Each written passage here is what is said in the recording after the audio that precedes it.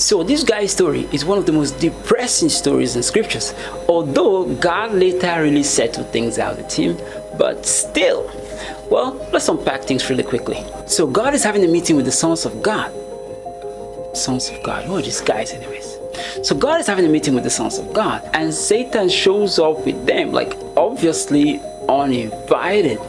And I'm thinking, like, why would God allow Satan in his presence? So God goes ahead and mentions one of his cool dudes on earth, this guy named Job. So he asks Satan if he's seen how awesome this guy is. I mean, right away God starts to boast about Job, about how faithful he is, about how awesome he is. And I gotta give it to him. Indeed, Job was a really faithful guy. So Satan quickly answers, yeah, right.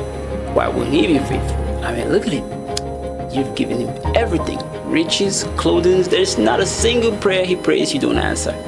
Everything he wants, you give it to him. You think he's faithful for free? You guys are just on some cosmic trade by barter transition. This isn't faithfulness. This is trade by barter. And God pauses. At this point, I'm still wondering, what is Satan doing in the presence of God? I'm pretty sure it's not only me.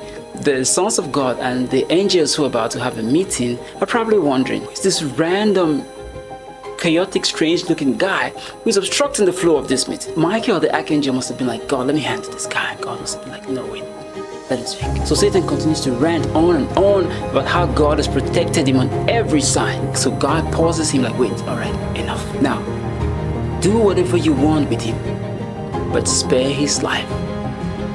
Oh boy. And just like that, affliction permitted, but destruction denied.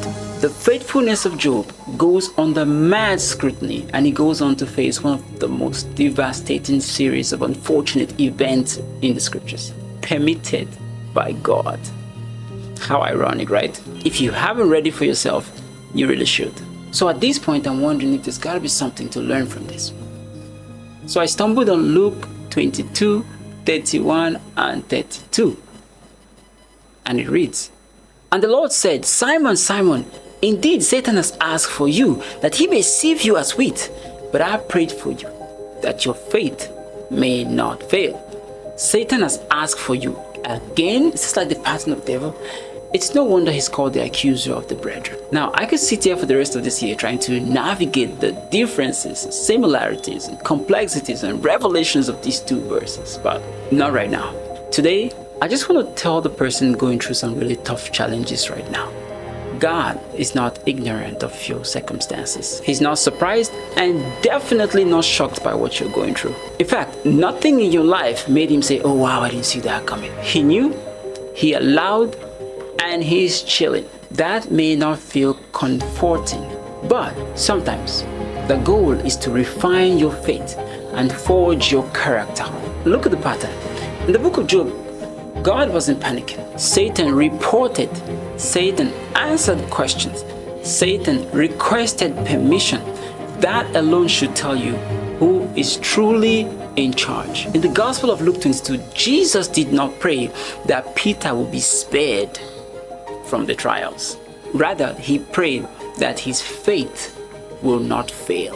And that's important because God is more interested in your maturity than in your comfort. He's more invested in your eternity than your temporary relief. And sometimes the very thing you're asking him to remove is the same thing he's using to strengthen you. So stop measuring your hardship by your comfort level. Jesus Christ went to the cross, so hardship is not rejection. Job wished for a mediator. Peter was standing beside one.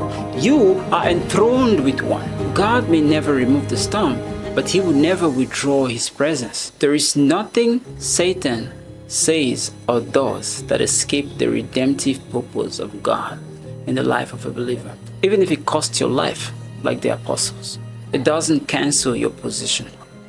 I love the ending of the story of Job, not because he got his wealth and family back, but because, listen to what he said. I've heard of you by the hearing of ear, but now my eye sees you. I've heard, which means he's just heard about him, but now there is a different encounter. Let me know your thoughts.